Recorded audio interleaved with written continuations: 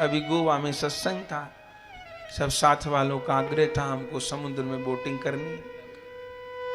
अब हमको लगा जैसे गंगा जी में होती है ऐसी होती होगी। हरे राम, बैठ तो गए, वो तो कई किलोमीटर समुद्र में ले गया अंदर। हे भगवान, चारों ओर अथाह जल ही जल दिखे। अब वो बोट भी विचित्र थी, वो जल से कोई हमको लगता है 1.5 फुट ही ऊपर होगी वो जल से। अब वो लहर लगे उस नौका को और सर तक पानी आ, अब नमक पानी। अब वो चलाए ऐसे सागर में बोट जैसे कोई लोग सड़क पर बाइक चलाते हैं धुआंधार, वो चलती ऐसे होती होगी, हमको तो खबर नहीं थी। अरे राम, नमक का पानी सिर तक आए और वहां से उतर के आदमी कहीं जा भी नहीं सकता। उससे पूछा कितना जल होगा, बोले महाराज होगा कोई 150-200 फीट। हमने कहा ठीक है बैठे ही रहो अंदर। अब हर जल वहां चारों ओर, लेकिन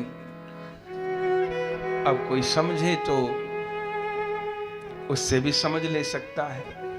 तो यही भावना की है कि ऐसे ही भवसागर है, ऐसे ही भवसागर है और नाम ही नौका है, अथवा ये संसार ही अपार भवसागर है और नमक का पानी मीठा पानी तो था नहीं। कई लोगों ने वीडियो देखी, बोले महाराज जी आपको देख के लग रहा था कि आपको डर लग रहा है। डर वर नहीं लग रहा था, वो जो नमक का पानी बार बार सिर पे आंख पे आ रहा था तो उससे थोड़ी जलन तो हो जाती है।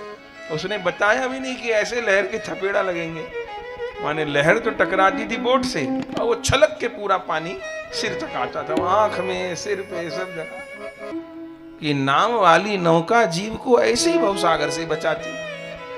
सीधी लहर लगे तो एक लहर ही डुबो देगी नौका को, लेकिन दोनों की योग्यता है। नौका ने जल के ऊपर रखा और नाविक ने उस नौका को डूबने नहीं दिया। कितनी कुशलता से अपार सागर की।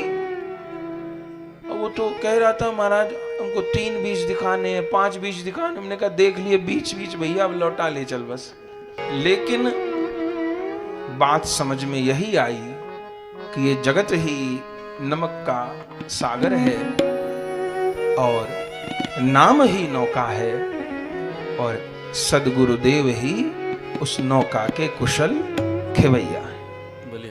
उस समुद्र से तो हमारा प्रयोजन नहीं, पर जीव को भव समुद्र में तो गिरना पड़ता है।